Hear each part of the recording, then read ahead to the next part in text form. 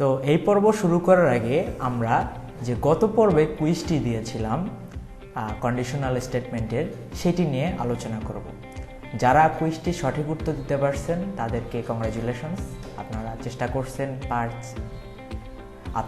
করছেন অ্যান্ড এটাও সঠিক উত্তর দিতে পারছেন, এর জন্য আসলে আমার এই পরিশ্রম সার্থক মনে হচ্ছে। আর যারা চেষ্টা করার পরও বুঝে উঠতে পারেননি আসলে উত্তরটা কী হবে, তাদের জন্য মূলত এই রিক্যাপ অপশনটা, এই ভিডিওটা। তো আসুন আমরা একটু এই জিনিসটা নিয়ে আমরা গত কুইজটা দেখি, বোঝার চেষ্টা করি। তো গত কুইজে যেটি আমি দিয়েছিলাম সেটি হচ্ছে যে 6টি সিজনের নামকে আমি কন্ডিশনাল স্টেটমেন্ট দিয়ে ইউজারের কাছ থেকে ইনপুট নিয়ে আমি চেক করব যে আসলে প্রতিটি ইনপুটের এগেনস্টে কোনগুলো আমাদের আউটপুট আসে। তো এখানে একটু খেয়াল করে দেখবেন যে আমি সিজন নামে যে ভ্যারিয়েবলটি নিয়েছিলাম সেই ভ্যারিয়েবলের ভিতরে আমি ইনপুট নিয়েছিলাম এবং সেখানে বলেছিলাম এন্টার সিজন নাম্বার। তো এই জায়গাটায় এন্টার সিজন নাম্বার বলেছিলাম।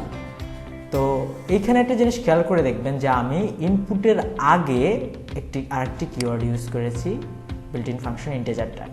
তো এটির সাথে আপনারা আগেও পরিচিত হয়েছেন যখন আমি আপনাদেরকে টাইপ কনভার্সন করাচ্ছিলাম যে পর্বে, সেইখানে এই ইন্টিজারটা ছিল।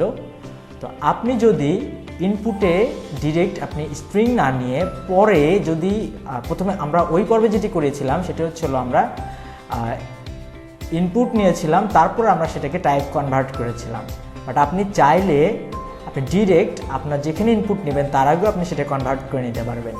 তো ওই পর্বে আমি এটা আলোচনা করিনি, কারণ আমি এই পর্বে এটা আলোচনা করব জন্যই। তো এটাই ছিল আসলে মেইন টুইস্ট এই জায়গায়, যে আপনি চাইলে আপনার ইনপুটের আগেও আপনি ইন্টিজার এই কিওয়ার্ডটি ইউজ করে বা এই বিল্ট ইন ফাংশনটা ইউজ করে আপনি আপনার ইনপুটটিকে স্ট্রিংটিকে এখানেই কনভার্ট করে নিতে পারবেন।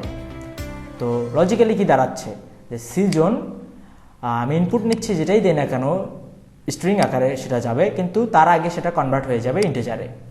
তো যদি আমরা সেখানে সিজনে 1 এন্টার করি, তাহলে ইনপুটে যদি আমাদের 1 দেওয়া হয় এবং সিজন যদি চেক করে দেখে যে ইফ স্টেটমেন্ট যদি চেক করে দেখে এটা 1, তাহলে সে আমাদেরকে আউটপুট দেখাবে যে এটা সামার সিজন।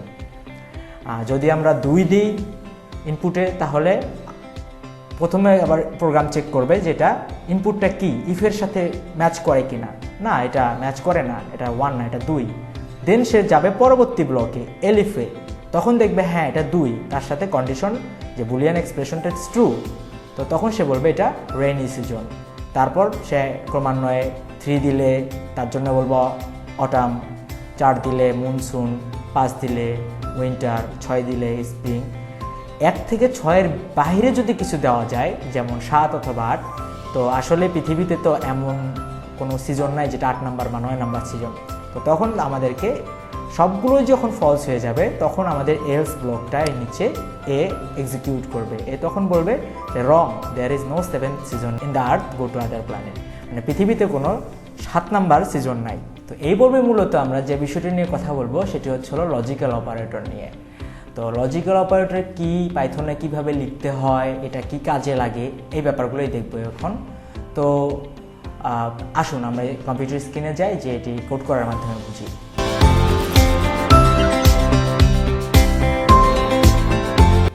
তো এর জন্য যে কাজটি করব, আমি একটি নতুন পাইথন স্ক্রিপ্ট তৈরি করি, যেটার নাম হচ্ছিল লজিক্যাল অপারেটর। নাম দিই আমি, আপনারা যা ইচ্ছা দিতে পারেন। তো চেষ্টা করবেন যেন পাইথন স্ক্রিপ্টগুলোকে একটু মিনিংফুল রাখার জন্য, পরবর্তীতে যখন আপনি হয়তোবা ভুলে যাবেন আবার দেখতে গেলে যেন সহজেই খুঁজে পেতে সুবিধা হয়। তো লজিক্যাল অপারেটর .py দিয়ে আমরা একটা নতুন পাইথন ফাইল ওপেন করলাম। তো এখানে আমরা লজিক্যাল অপারেটর নিয়ে কথা বলবো। তো আমি একটু উপরে পাইথন কমেন্ট হেডিং দিয়ে দিই, দে লজিক্যাল অপারেটর, ওকে।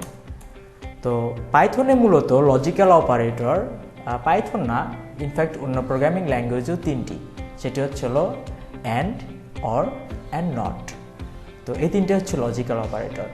তো আমরা একটু লিখি, যে একটু এখানে সুবিধার জন্য লিখে রাখি যে অ্যান্ড, তারপর হচ্ছে অর অ্যান্ড নট। এই 3টে হচ্ছে লজিক্যাল অপারেটর। যে এগুলো দিয়ে আমরা লজিক্যাল কাজগুলো করি।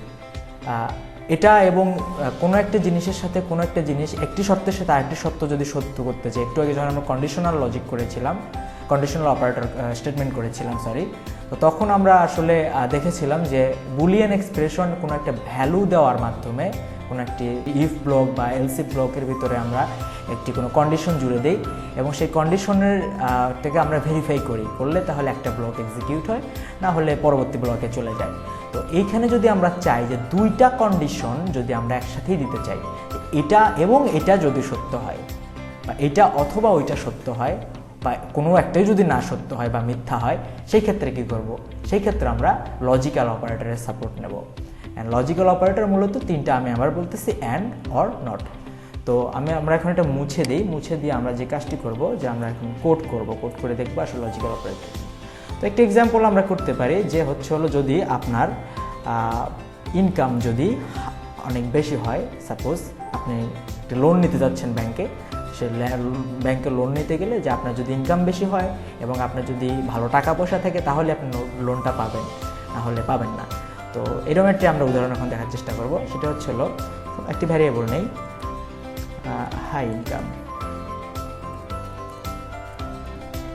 এর ভিতরে আমরা যে ভ্যালুটা দেবো সেটা একটা বুলিয়ান ভ্যালু, যে আমরা বুলিয়ান লিখব যে যদি হাই ইনকাম যদি ট্রু হয়, সত্য হয়, এবং আপনার যদি গুড ক্রেডিট থাকে, মানে আপনার যদি ইনকামও খুব ভালো থাকে, গুড ক্রেডিট আপনার টাকা পয়সা যদি ভালো থাকে, সরি ইনকাম না, টাকা পয়সা যদি ভালো থাকে, ট্রু হয় তাহলে আপনি লোনটা পাবেন। তো সেই ক্ষেত্রে আমরা কিভাবে কোডটা লিখব? তাহলে আমরা একটি ইফ স্টেটমেন্ট শুরু করি, যে ইফ ব্লকে লিখি ইফ হাই ইনকাম অ্যান্ড, আমরা এখন এই যে লজিক্যাল অপারেটর লিখছি এই জায়গায়, অ্যান্ড গুড ক্রেডিট। যদি আপনার হাই ইনকাম এবং গুড ক্রেডিট থাকে তাহলে আপনি আমরা একটা প্রিন্ট করি যে you are eligible for the bank loan, you are eligible for bank loan. যদি এটা না হয় তাহলে আমরা বলবো যে এলস, তাহলে বলবো যে print you are not eligible, you are not eligible for bank loan. তো আমরা এখন রান করে দেখি যে আসলে কি হয়।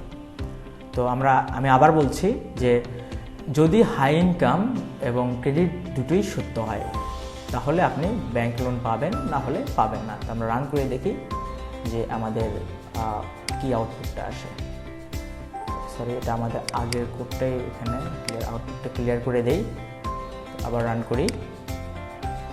ওকে, আমাদের যদি দুটোই সত্য, যে হাই ইনকামও আমার আছে, আমার ক্রেডিটও ভালো, তো তাহলে আমি যেটা পাবো সেটা হলো হ্যাঁ, you are eligible for the bank loan, আপনি ব্যাংক লোনটি নিতে পারবেন। আচ্ছা, আমরা একটি ফলস করে দিয়ে দেখি এই জায়গায়। এই যে আমরা ইনপুটটা নেব, এটা বুলিয়ান ইনপুট, সেখানে আমরা বলবো যে ফলস, যে আমার হাই ইনকাম আছে কিন্তু আমার টাকা পয়সা কম, আমার অর্থ সম্পত্তি কম, তাহলে আমি কি করব? আমি কি ব্যাংক লোন নিতে পারবো? দেখি আমাদের প্রোগ্রাম আমাদেরকে কি বলে। আউটপুটটি ক্লিয়ার, আমি একটু উইন্ডোটা বড় করে নিই দেখার সুবিধার জন্য, সরি। ওকে, তো রান করি। ওকে, সে আমাকে বলে দিচ্ছে, পাইথন আমাকে প্রোগ্রাম বলে দিচ্ছে you are not eligible for the bank loan. এরপর আরেকটা জিনিস থাকে, আমরা তো শুধুমাত্র অ্যান্ড দেখলাম, তো আমরা যদি অর ব্যবহার করতে চাই, যে আমার হাই ইনকাম আছে কিন্তু আমার ভালো টাকা নেই, তাহলেও আমি ব্যাংক লোন পাইতে পারবো। সেই ক্ষেত্রে আমরা কি করব? সেই ক্ষেত্রে আমরা যে কাজটি করব, আমরা শুধুমাত্র এই যে লজিক্যাল অপারেটরটা তখন চেঞ্জ করে এখানে লিখে দেব অর। এখানে অর লিখে দিয়ে যদি আমি আবার চেক করি যে তখন আমার পাইথন প্রোগ্রামটি কি বলে, এটা আমরা দেখবো যে আমাকে কি লোন নিতে দিবে কি দিবে না। তো আমি যদি রান করি, হ্যাঁ, সে আমাকে বলে দিচ্ছে you are eligible for bank loan, কারণ যে আমার ইনকাম হাই, ফাইন, বাট আমার টাকা পয়সা কম, আমার গুড ক্রেডিট নাই। তো যখন আমার ব্যাংক লোন আমাকে যে দিবে, সে যখন দেখতেছে যে সে যদি একজন পাইথন প্রোগ্রাম হতো, সে এইভাবে জিনিসটা দেখতো যে ওকে, তার হাই ইনকাম আছে ভালো, সেটা সত্য, কিন্তু তার টাকা পয়সা কম, প্রবলেম নাই। যে কোনো একটা কন্ডিশন যদি সত্য হয় সেই ক্ষেত্রে আমি ব্যাংক লোনটা পেতে পারি। তো সেই ক্ষেত্রে আমি আউটপুটটা পেলাম যে you are eligible for the bank loan. তো পরবর্তীতে যে জিনিসটা আসে সেটি যে নট। তো নটের ক্ষেত্রে আমরা যে জিনিসটা করতে পারি সেটা যে আমরা আরেকটি কন্ডিশন, আমরা এখানে ভেরিয়েবল নেই যে আমি ইজ স্টুডেন্ট, আমি স্টুডেন্ট কিনা, স্টুডেন্ট। যদি আমার ইনকাম হাই হয় এবং আমার যদি গুড ক্রেডিট হয়,